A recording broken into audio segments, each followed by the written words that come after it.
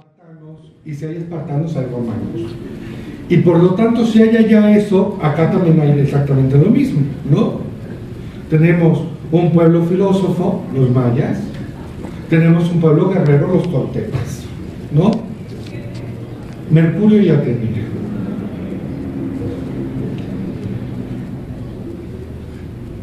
El conflicto es a quienes le damos peso, ¿no? Por supuesto que Riva Palacio le va a dar peso al pueblo guerrero, que es tolteca y después azteca, por una sencilla razón, ¿no?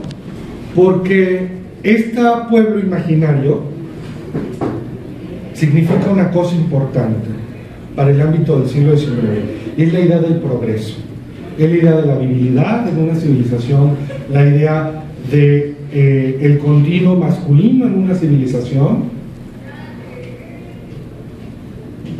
la cual esta propia civilización que llega al XIX puede transformar la naturaleza y el espacio a través de voluntad. Entonces tenemos un pueblo tolteca azteca que no es muy distinto tampoco a como se está imaginando la Alemania guillermina al pueblo germano, ¿no? O sea, fuerzas de voluntad viril, ¿no?, que han cruzado a través de la historia gracias a la guerra y que han construido una civilización fuerte y viril. Están los germanos en Alemania, aquí están los aztecas. Pero también hay otras fuerzas del espíritu civilizatorio, como es el arte y la filosofía, y entonces eso vienen a encarnar los mayas, ¿no? Y entonces hay que construir una historia lo suficientemente bonita y lo suficientemente convincente.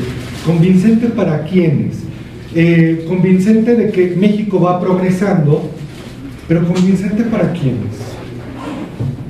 Y es ahí que hay el verdadero conflicto de la nación liberal.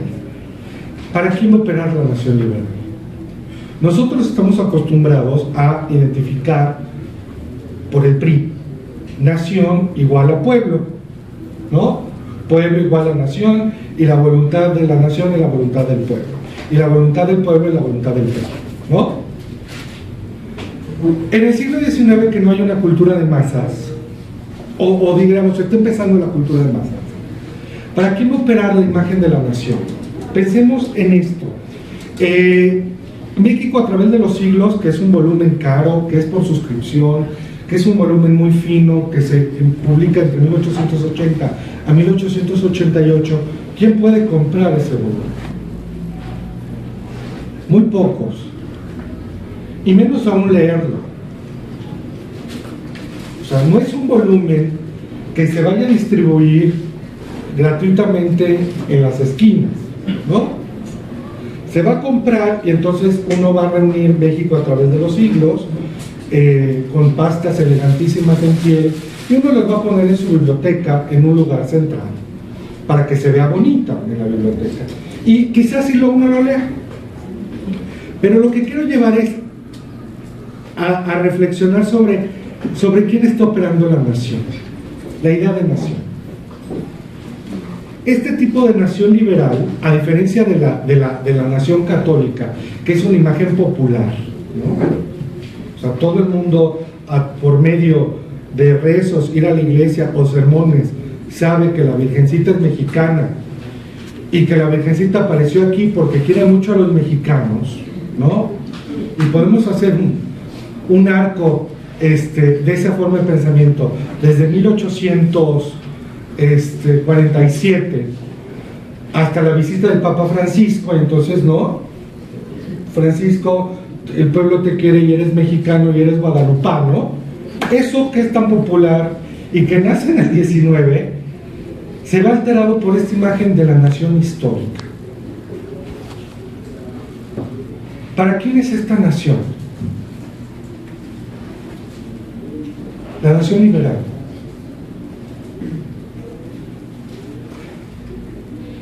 Se los adelanto, para la élite. va a operar a nivel de élite. O sea, esto que nosotros aprendemos en la escuela, de que la nación tiene un núcleo indígena y va a ir progresando, lo aprendemos en la primaria, va a tener un primer componente, una primera operatividad dentro de la élite liberal mexicana. Los liberales mexicanos, a diferencia de los conservadores, tienen que justificar su entrada en la historia. Claro, dirán que mayor justificación está después de ganar una guerra, pero no obstante tienen que también ganar el espacio simbólico y tienen que encontrar un lugar en la historia, y precisamente su lugar en la historia es definirse como el resultado del progreso, el fin de la historia, de una historia que inicia en el México prehispánico, precisamente con los aztecas y los toltecas. Es así como los liberales del 19 se asumen herederos del pasado indígena, pero también del pasado de, diríamos, de los reyes, entre comillas, indígenas, ¿no? Herederos de Netzahualcóyotl, herederos de Moctezuma, herederos de Cuauhtémoc, ¿no? Herederos de esas culturas, los cuales van a completar su ciclo de evolución en el México liberal, anteponiendo el liberalismo y la identidad del pueblo mexicano como una identidad liberal, ¿no? Primero indígena y después mestiza, entre el mundo prehispánico, un periodo de oscuridad, que será la colonia, una edad media local, si quieren así verlo.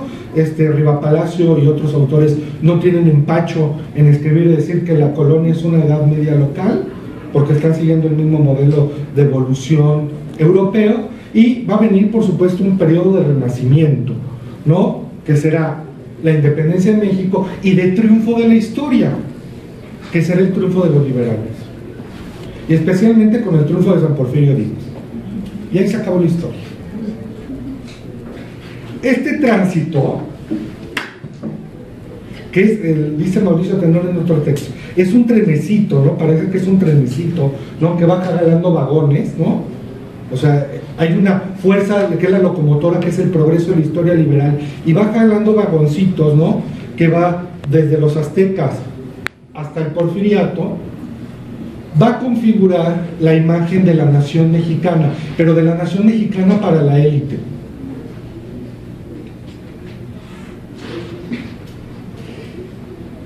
Mejor muestra de ello es lo que está hablando Mauricio Tenorio en Artilugio de la Nación Moderna. Me encanta el título, Artilugio. ¿Qué es un artilugio? Es un artefacto, es algo que se construye y es algo que se manipula. Y dice precisamente, la nación es algo manipulable y es algo que se construye, y es un juguete de la élite liberal en ese momento. Y entonces la élite se puede imaginar cómo construir una nación. ¿Qué es lo que está exponiendo Mauricio Tenorio? Y es evidente en el diseño de cómo se va a presentar México hacia el exterior, ¿no? En 1889 se celebra el centenario de la Revolución Francesa. Esto va a convocar a una exposición universal. Las exposiciones universales eran ferias comerciales e industriales que nacieron en 1851 en Londres y que se celebraban con cierta cotidianidad, 2-3 años, seleccionando una metrópoli europea, y las metrópolis europeas competían para mostrar sus grandes progresos civilizatorios y científicos. México va a entrar muy temprano en las exposiciones universales. En 1851 hay un pequeño pabellón mexicano que va a mostrar industrias mexicanas, pagado paradójicamente por un inglés, Thomas Gillow, padre de Eulogio Gillow, el que fue arzobispo de Oaxaca, que va a montar un stand en el Palacio de Cristal con técnicas y tecnologías e industrias mexicanas, ¿no? No me pregunten qué llevó, porque no lo sé. Pero sí sé que existía el stand, porque lo he visto que su hijito querido habla mucho de la Exposición Universal de 1851 y de lo que llevó su papacito, ¿no? Si tienen curiosidad, revisen el diario de Eulegio Gilo, que se publicó en 1930 y tantos. La segunda gran participación de México será en la Exposición Universal de París de 1867, que va a ser un pabellón construido durante el Imperio y que va a intentar reproducir la pirámide de Xochicalco, ¿no? Ahí tenemos un primer elemento que me parece interesante, que es identificar a la nación con el pasado prehispánico. Ustedes saben por cuestiones geopolíticas que hay el Imperio, fusilan a Maximiliano, eso ocurre en medio de la inauguración de la exposición, se genera una crisis y entonces el pabellón mexicano, con los artilugios que había dentro, que eran piezas prehispánicas, se va a quedar un poco en el olvido y esas piezas van a pasar a ser parte de la colección del Museo del Hombre en París, ¿no? Como nadie la reclama, se quedaron. No va a ser hasta que Porfirio Díaz llega al poder, donde va a crear una imagen de México para exhibirse al exterior, y será esa imagen nacional, y va a encargarle a los grandes tecnócratas del régimen, pero también a los grandes intelectuales del régimen y a los artistas, inventarse una imagen de lo que es México. La primera gran participación de México es en la Exposición Universal de Nueva Orleans, 1884, en donde los ingenieros mexicanos,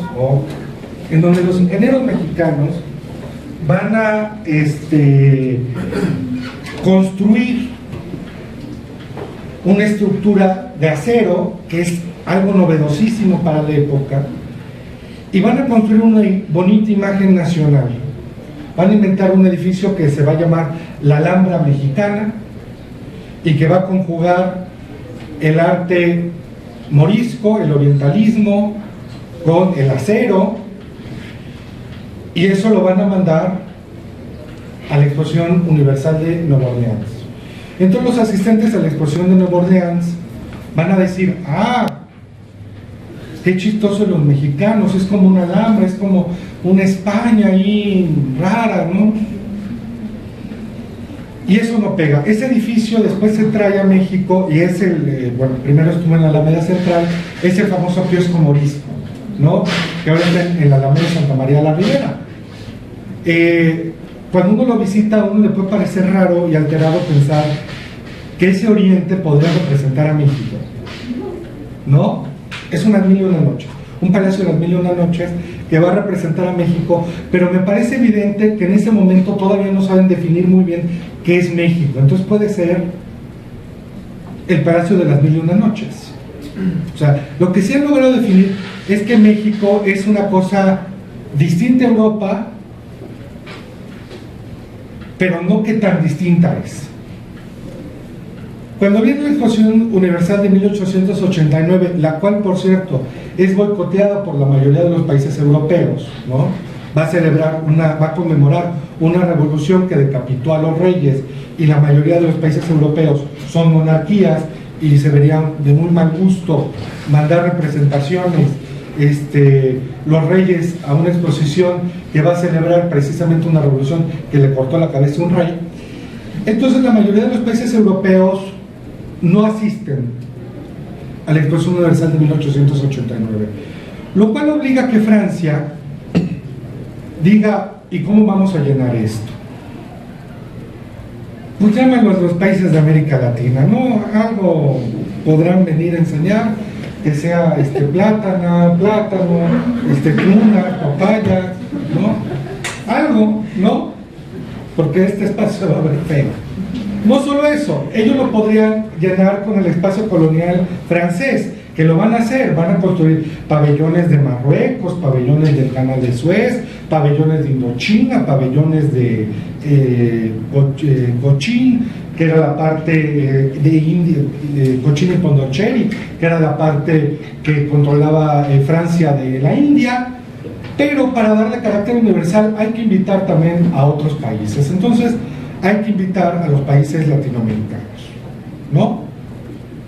A los cuales les van a dar muchas facilidades de financiamiento para pagar sus pabellones, o sea, ¿no? Tenemos esta historia compartida de que todavía para 1889 hay muy pocos territorios que han consolidado un estado, ¿no? Menos aquellos que cobran impuestos y menos aquellos que quieren gastarse el dinero para pagar un pabellón en París.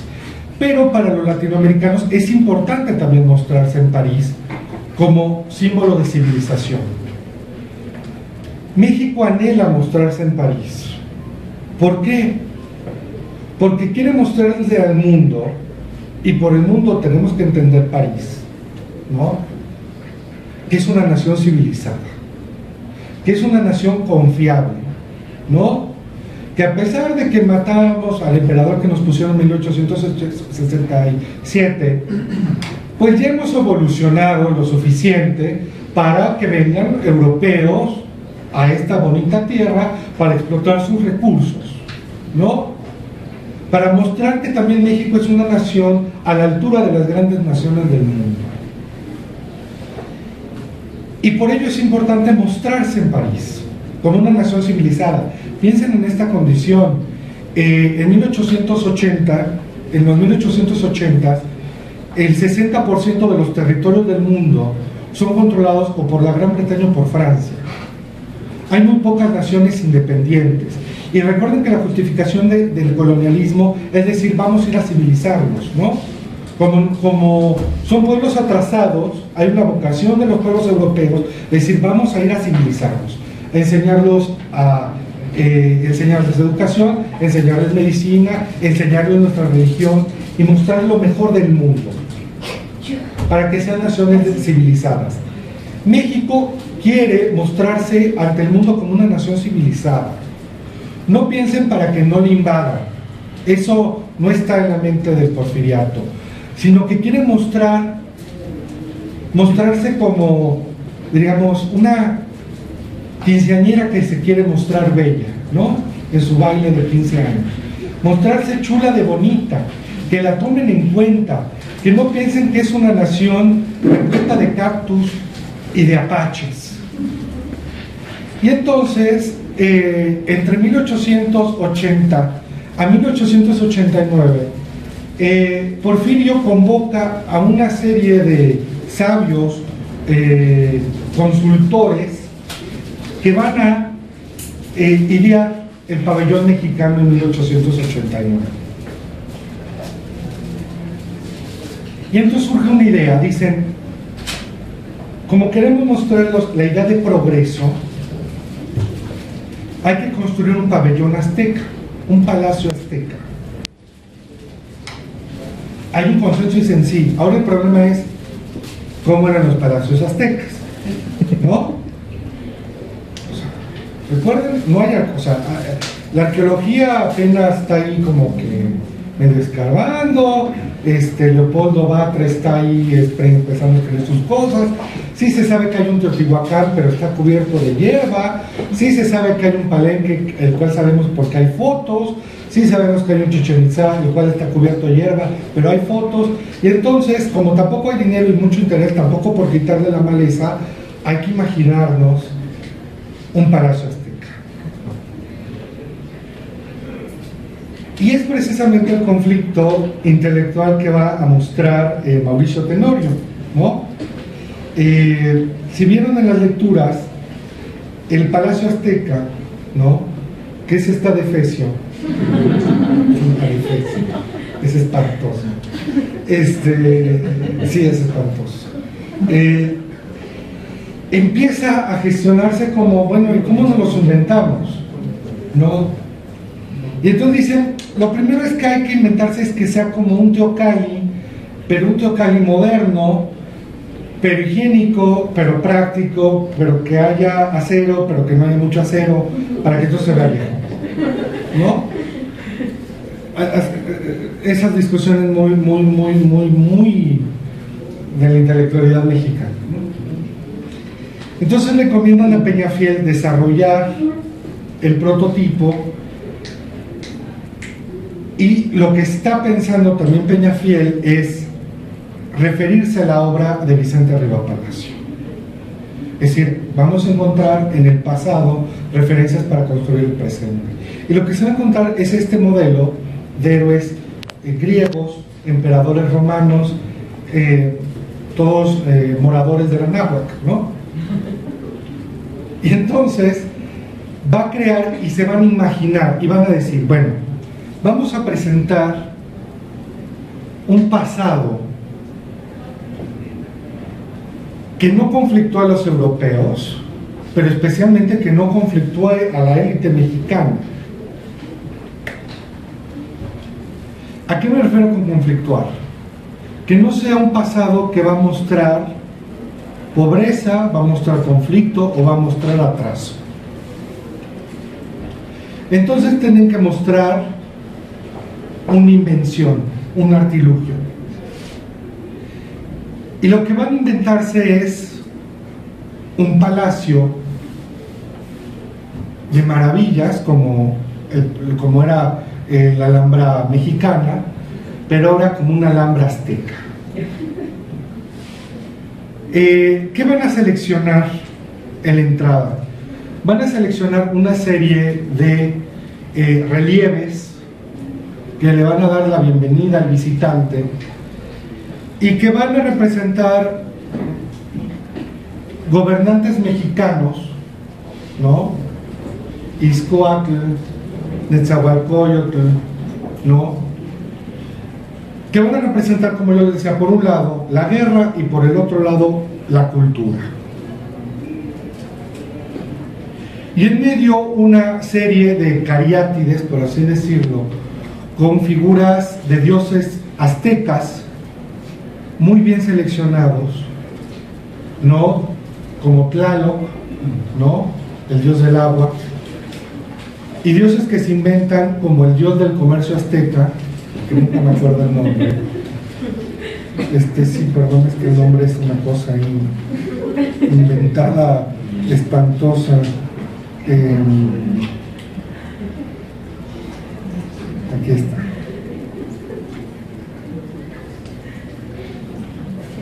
¿No?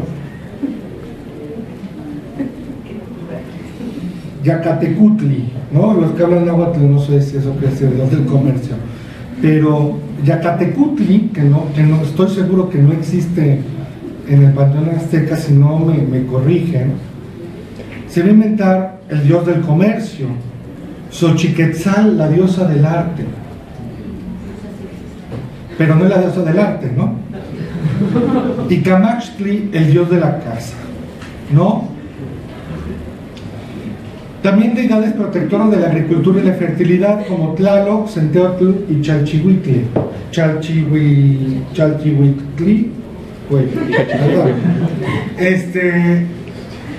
¿qué está representando en la fachada México? Los ideales liberales. Esta es una tierra de comercio y de prosperidad, ¿no? O sea, las deidades prehispánicas aztecas que les vienen a dar la bienvenida son las deidades del comercio, de la agricultura, de los ríos, de lo que aquello vuelve rico a las sociedades en el siglo XIX. Éntrenle, ¿no? Algo bien importante, van a tener que combatir esta idea de que, ya saben, ¿no?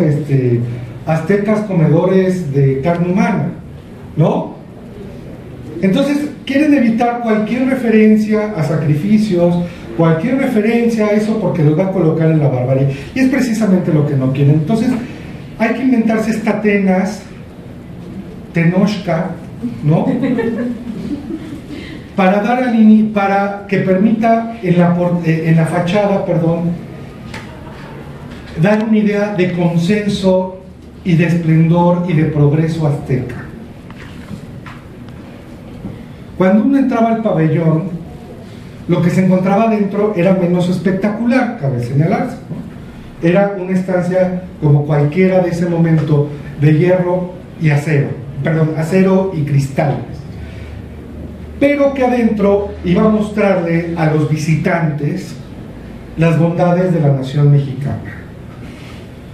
Con lo primero que se van a encontrar, y perdón, no mencioné el escultor de estos relieves, que es Jesús Contreras. Jesús Contreras es un destacadísimo escultor que inicia su carrera en la Academia de San Carlos y a los 21 o 22 años recibe la comisión para fundir y diseñar el monumento a Cuauhtémoc, que está en Paso de la Reforma. Entonces, después lo van a becar en Europa, que es donde va a hacer el pabellón azteca. Por lo tanto, estas representaciones del México indígena no son extrañas para Jesús Contreras.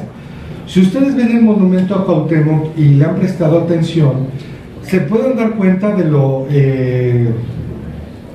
egipciaco que es, ¿no? Hay unas esfinges y como aquí no hay leones, entonces tienen que ser jaguares o panteras, nunca he sabido muy bien qué son, ¿no? Que tienen penachos, tienen collares a la azteca, ¿no? Con un Cuauhtémoc que está vestido a la usanza romana, ¿no? Que tiene un penacho entre molcano, una cosa rara. Uno se puede imaginar lo complicado que hubiera sido usar esos penachos en la guerra, pero es un senador romano, literalmente un senador romano, que está viendo el progreso mexicano, ¿no? Yo sé que hay una historia que dicen que hubo un intercambio, que el monumento de aquí iba para Lima y el de Lima acabó aquí. No tiene lógica. En Lima no hay ningún monumento a ningún líder indígena, ¿no? Es una invención de Jesús Contreras.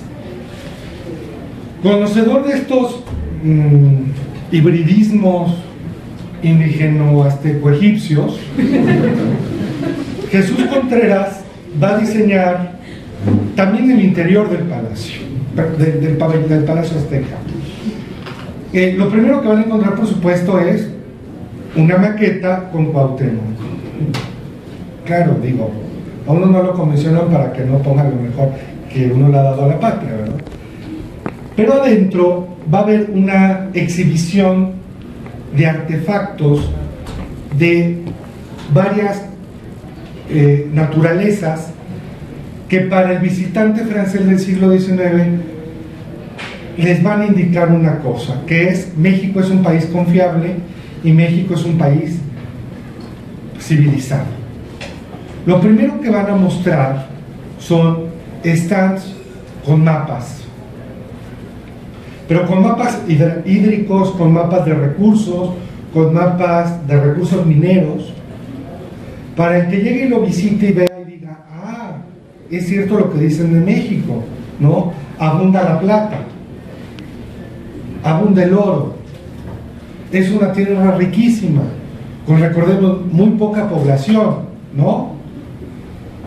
Por lo tanto, es una invitación para cualquier francés y visitante con un poquito de dinero de decir: vengan a México a explotar nuestras minas, porque no podemos nosotros.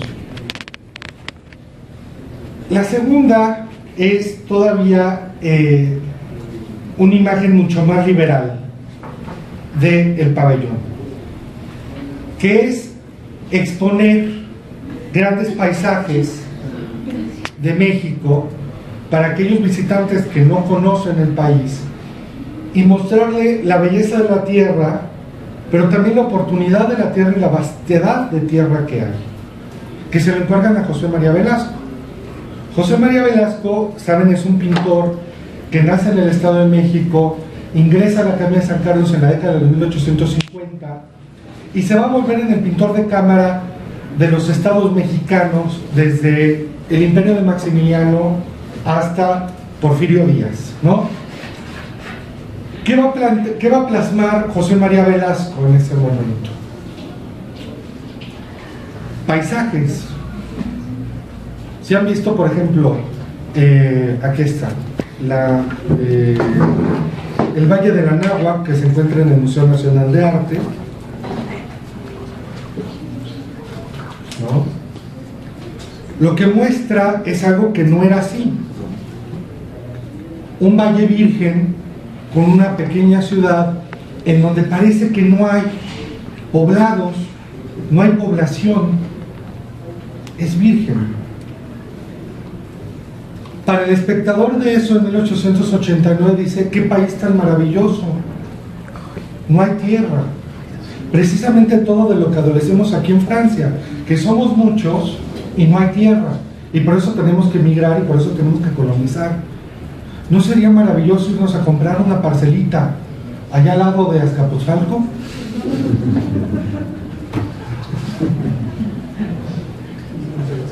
Otra, el famoso Valle de Metlac, cruzado por el ferrocarril, ¿no? De repente hay una naturaleza salvaje, salvática, desbordada, como la que está en la cañada de Metlac, o había en la cañada de Metlac, ¿no? Y de repente lo cruza, y lo voy a decir como lo dice Fernando Benítez, me gusta. El ferrocarril viola el Valle Virginal, ¿no? Y de repente aparece el progreso. ¿Cómo lo está leyendo los franceses y cómo lo está leyendo la élite mexicana? Los mexicanos podemos dominar a la naturaleza, el gran paradigma de la ilustración. Los mexicanos, nosotros solitos, y se lo mostramos a los franceses, podemos controlar a la naturaleza, podemos controlar la selva. En un momento en donde los franceses van a iniciar la construcción del Canal de Panamá, y con lo que se van a enfrentar precisamente es la selva, y van a acabar abandonando el proyecto del Canal de Panamá. Entonces, un poco decirles: miren, franceses, los ingenieros mexicanos, ¿no?, han construido vías férreas en medio de esta selva inhóspita, de esta selva salvaje. Y entonces uno entra a ese espacio del pabellón y dice: qué bonito país es México, ¿no? Por un lado nos da naturaleza, pero por otro lado hay civilización, y por el otro lado, ahí también hay una exhibición importante, nos dan instituciones.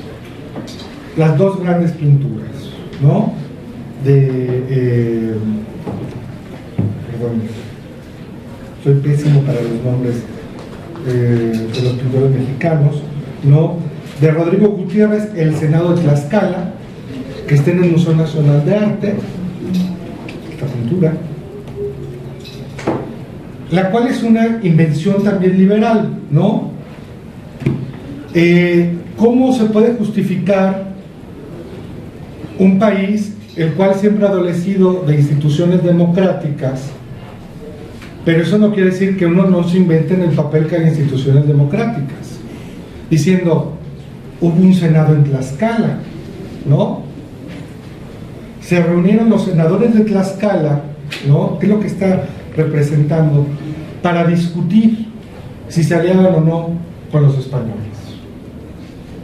¿Ven cómo existe la democracia en México y el consenso desde la época prehispánica? ¿Ven cómo si hay justificaciones de que hay un congreso dividido entre senadores y diputados dentro del régimen liberal? ¿Ven cómo la democracia nos fluye por las venas desde nuestro pasado tlaxcalteca?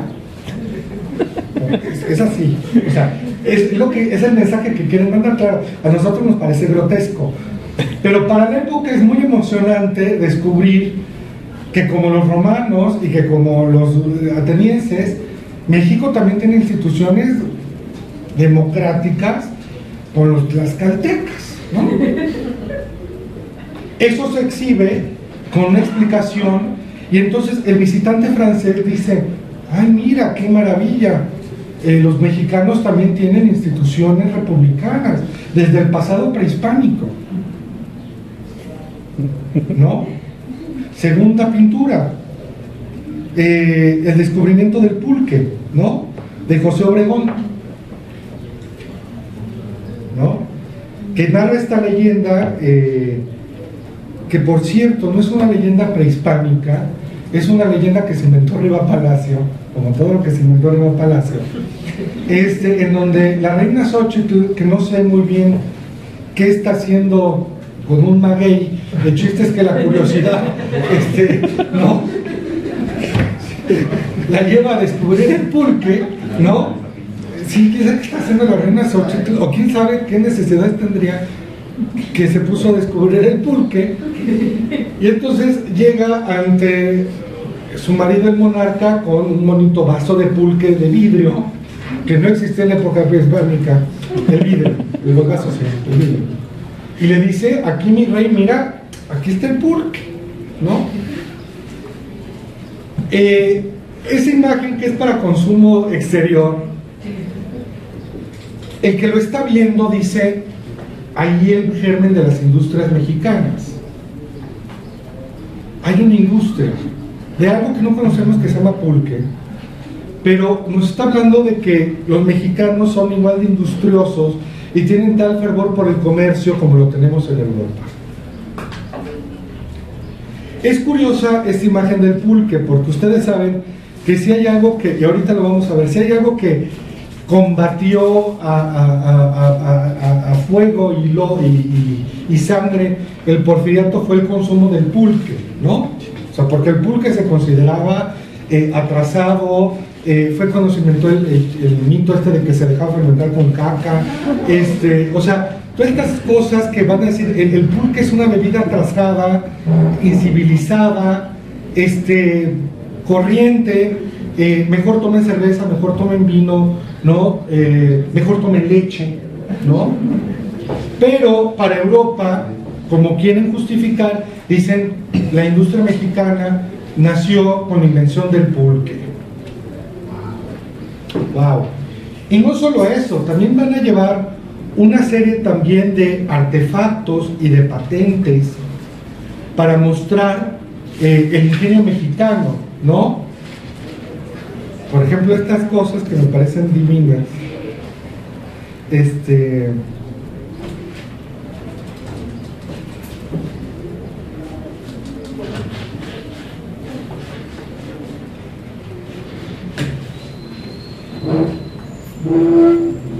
aquí, ¿no?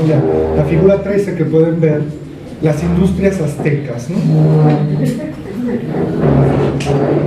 ¿No? Las industrias aztecas, ¿no? Que son máquinas para hacer tortillas, ¿no? No se rían. ¿Qué se rían? Digo, es como las máquinas de las tortillerías que vemos ahorita, ¿no? Máquinas para hacer puros, ¿no? Pulque enlatado, que sí, que se echaba a perder una cosa asquerosa.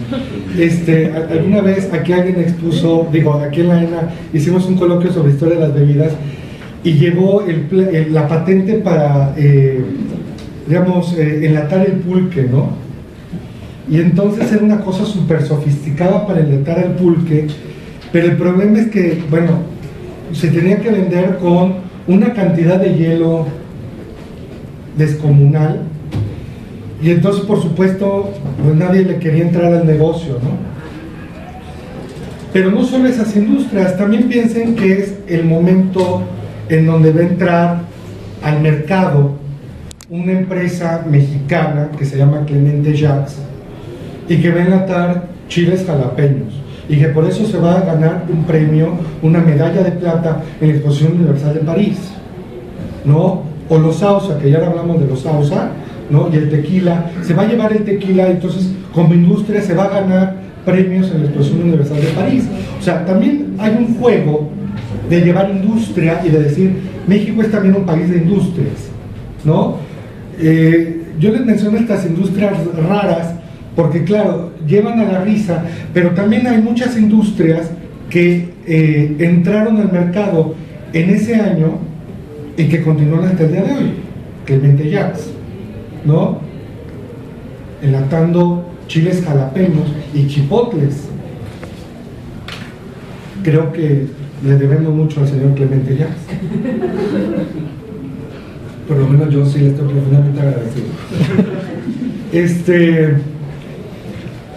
Esta visión de México, esta visión del pabellón,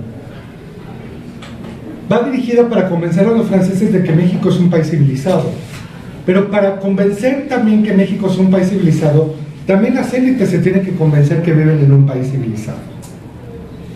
Entonces las élites mexicanas, que esa es una característica exclusiva de México, no tanto el resto de América Latina, sus élites salieron muy pronto hacia Europa, con el exilio de la Guerra de Reforma, y en Europa aprendieron muchas técnicas, y aprendieron muchos oficios que no había, ¿no? Ingenieros, médicos, arquitectos, etc.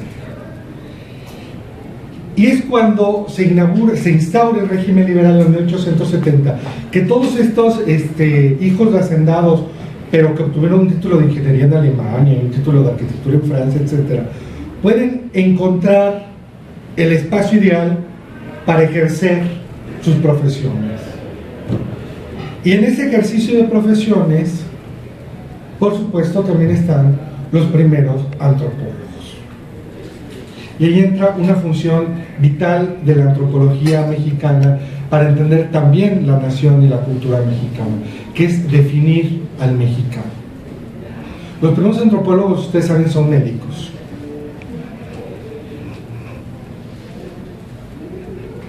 Cuando quieren mostrar en Europa una cosa, en la exposición de 1889, y es que la raza mexicana, eso que se inventan raza mexicana, es que es también una raza progresista, es una raza superior, ¿no? Y entonces le encomiendan a antropólogos, pero también un geógrafo, García Cubas, que haga un primer estudio sobre las razas en México. Entonces García Cubas va a presentar en la Exposición Universal de París un estudio en donde va a decir demográficamente México se divide en 3 grandes grupos, ¿no? El grupo más numeroso son el grupo de los indígenas, ¿no? Los cuales son muy buenos en el campo, ¿no? Son muy buenos, inclusive muchos de ellos tienen rasgos adelantados de civilización. Por ejemplo, los tarascos ya no tienen muelas de juicio, ¿no? Los purépechas han sustituido molares por colmillos, ¿no? Sí. Digo, eso lo está diciendo García Cubas, no yo.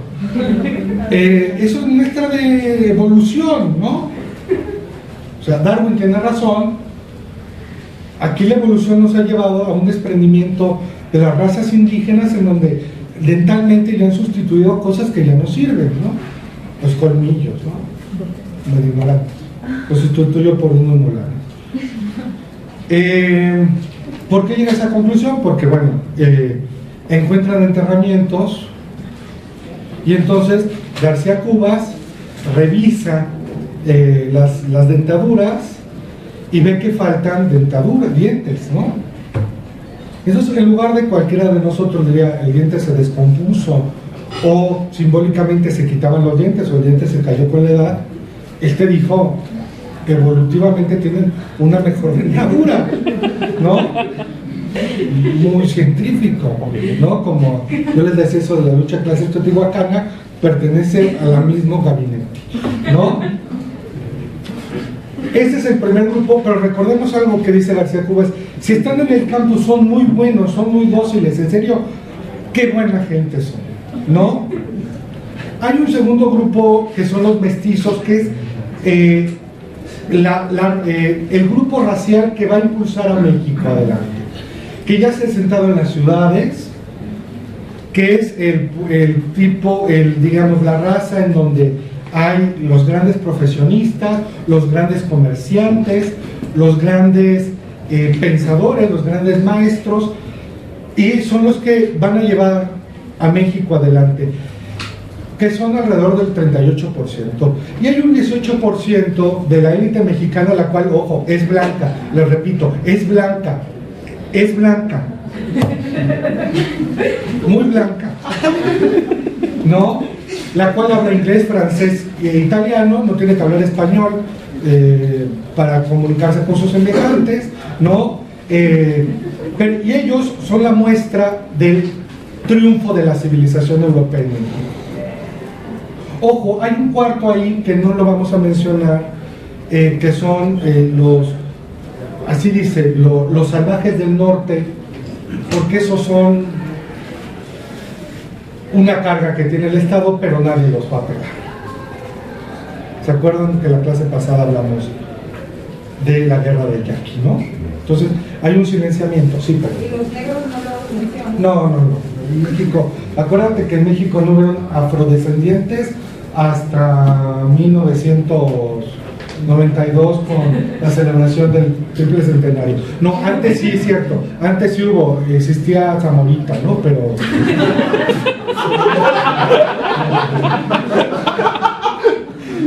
No, por supuesto, no. Yo digo, o sea, en México no han habido. ¿De dónde es que pues, no es cierto? Eso no hay. No hay. No, ¿por qué no va a haber? Digo, me parecía evidente que digo, García Cubas, que era geógrafo, sí se había dado cuenta que había núcleos de población negra en las costas, ¿no? Pero imagínate decir que en México hay población negra. En 1889. Es como ponerse una soga al cuello, ¿no? Es decir, tenemos esto, o sea, si hay algo que va a operar el colonialismo en África, es decir, las poblaciones negras en África son tan salvajes y tan incivilizadas que sí nos necesitan. O sea, decir que en México hay población negra es como decir, es como llamar, vengan por favor y ayúdennos, ¿no? Entonces, racialmente, aparte, acuérdense, en México todos somos mestizos, tampoco han habido chinos, tampoco han habido japoneses, no hay árabes, por supuesto. Slim fue una cosa ahí rara, no sé qué estudió. En este país hay indígenas, blancos y mestizos. Caput, no más. Pero se va a iniciar con esto algo que me parece muy interesante, que es el camino de la antropología mexicana para justificar la raza mexicana, ¿no? Los estudios raciales que se van a mostrar en París, que quieren subirse a la discusión europea de la civilización y del proyecto darwinista, quieren justificar que en México debe haber un régimen, escuchen, blanco, mientras que los mestizos acaban de depurar su origen indígena para volverse blancos, para controlar una mayoría indígena. Es lo que están diciendo los antropólogos en 1889, ¿no? O sea, hay una población blanca, hay una población mestiza, pero la población mestiza se le va a ir depurando lo indígena a partir de mezclas, ¿no? Y entonces serán blancos en 2 o 3 generaciones, ¿no? Y México será un país blanco, progresista, civilizado en su totalidad. Con eso, ¿a qué están llamando? Me parece que es claro a 2 cosas. Uno es justificar racialmente el expolio de tierras. O sea, se los quitamos porque, bueno, no saben aprovecharlas, pero no solo no saben aprovecharlas, ni gente son, ¿no? O sea, ni gente son. Y por el otro lado decir, en México se tiene que instaurar una forma de gobierno que nos lleve al progreso económico y liberal, pero solo este progreso podrá ser posible de la mano de la raza blanca, ¿no? Por favor, sí vengan a México. En los proyectos de migración en México que se dan a lo largo del 19, van a fracasar todos, ¿no? O sea, México nunca va a ser un país que va a traer el número de migrantes que atrajo a Estados Unidos, o atrajo a Brasil, o atrajo a Argentina, por muchas causas. Primero, Es un país que todavía, o sea, piensen que entre 1821 a 1880 todavía está en guerra civil. Pero también es un país que cuando había traído pequeñas colonias de migrantes tenían la mala costumbre de cobrarles el pasaje y de abandonarlos en la selva, y llegaban, los picaban los mosquitos y se morían de malaria, ¿no? Un ejemplo dramático es durante el Imperio Maximiliano traen a un grupo de alemanes, quieren fundar una ciudad en Yucatán, Ciudad Carlota, Charlottenstadt. Tan pronto desembarcan a los pobres alemanes, los pican los mosquitos, les da malaria y se mueren todos, ¿no? Y entonces, sí. Digo, la falta de resistencia a los virus es va de allá para que de acá para allá. Digo, era un poco la venganza de la viruela, ¿no? Pero, entonces, ese es un episodio. Hay otro, por ejemplo, supongo que ustedes han visto la barca Chipilo de Crema. Bueno, Chipilo es un pueblo que lo fundan unos italianos que los traen en la década de 1850 a la cuenca del Papaloapan, les cobran el pasaje, los desembarcan y literalmente el tipo que los trae, que es un compadre de Santana, les dice: espérenme tantito aquí, voy a ver a sus papeles, ahorita regreso, y se clava la lana y nunca regresa. Y están los italianos 2 días en el puerto como idiotas esperando a que llegue el fulano, y por supuesto al final acabó latino. Yo creo que dijeron: creo que nos han visto la cara, ¿qué podemos hacer? Pues se fueron internando y compraron ahí un pobre ranchito en Puebla, todos juntos, y fundaron a Chipilo, ¿no? Que es un pueblo el cual se puede visitar. Si alguno de ustedes está aquí en clases de italiano o habla italiano, puede ir ahí a practicar su italiano con los locales, los cuales también han mostrado un alto grado de endogamia, ya que tienen muchas taras, pero con tal de mantener su pureza italiana, ¿no? Pueden ir a practicar su italiano allá a Chipilo, ¿no? También es una zona donde pusieron aceite de oliva, ¿no? Entonces es un poco como la Italia de Puebla. Ante estos antecedentes, los europeos son muy desconfiados de cualquier proyecto que los traigan los mexicanos, ¿no? Pero los mexicanos, las autoridades mexicanas no ceden en que vengan europeos. ¿Por qué?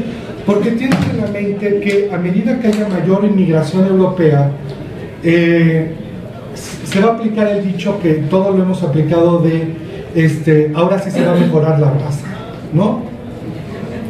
La migración europea, que yo les digo, es muy poca.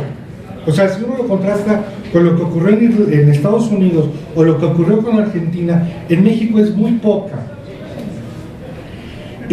Van a lograr convencer a pequeños núcleos de campesinos que vengan a vivir a México, ¿no? Uno de los grupos famosos provienen de un pueblo de Alsacia, Barcelón, que son los barcelonetes, ¿no? Que se sentaron en la cuenca del Papaloapan, fundaron la comunidad de San Rafael, ¿no? Y esos barcelonetes se dedicaban, primero eran campesinos, pero después se dedicaron a comerciar bienes entre Francia y México, y de ahí surgió el Palacio de Hierro, el Centro Mercantil y Liverpool. Preguntan sus orígenes. Ese va a ser un grupo.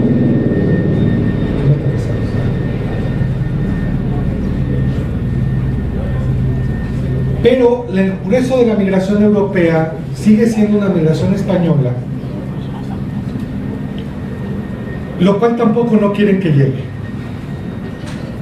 Eso va a abrir también a otro tipo de migraciones, la migración de los árabes provenientes del Medio Oriente, los cuales entran y Claudia de eso está haciendo su tesis, entran a México falsificando papeles, declarando orígenes raros. Por ejemplo, un señor que llega a la aduana de Tampico y entonces dice que se llama Farid al-Muhammad, y cuando le preguntan su nacionalidad dice que es alemán, ¿no?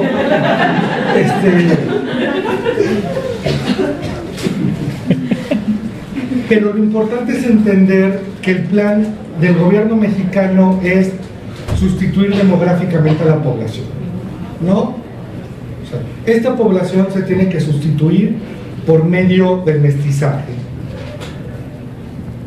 donde, como decía García Cuevas, donde los indios son buenos y pacíficos, donde no son buenos y pacíficos hay que exterminarlos, pero de esa historia nadie habla y nadie hablará, ¿no? Esto es celebración y es felicidad en 1889. Otra manera que va a expresarse la nación será en un complejo entre arqueología e historia.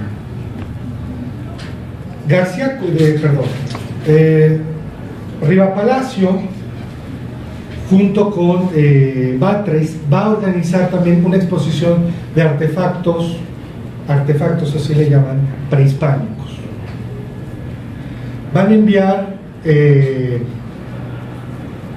molcajetes, estatuas, cualquier cosa, pero la van a exhibir junto con, por ejemplo, aquí hay una vitrina, por decirles, con unos molcajetes prehispánicos y al lado con un molcajete mecánico, ¿no? Entonces dicen, el progreso. La historia para el núcleo liberal, como les decía, va a servir para justificar su posición y también justificar la superioridad de los blancos mexicanos. ¿Por qué? Porque si bien la historia va a descansar en cimientos indígenas, lo que va a comprobar esta historia es el progreso de cómo dejamos de ser salvajes a ser liberales desarrollados. Y es entonces cuando esta historia también se va a convertir, esta historia nacional también se va a convertir en un plan de políticas públicas. ¿Quieren que hagamos un descanso de 10 minutos? ¿Hay alguna pregunta en torno a esto, la representación de la nación? ¿Sobre quién opera la idea de nación? ¿O quieren que nos esperemos al final? ¿Están comenzando en Tlaxcala, sí o no? Ok.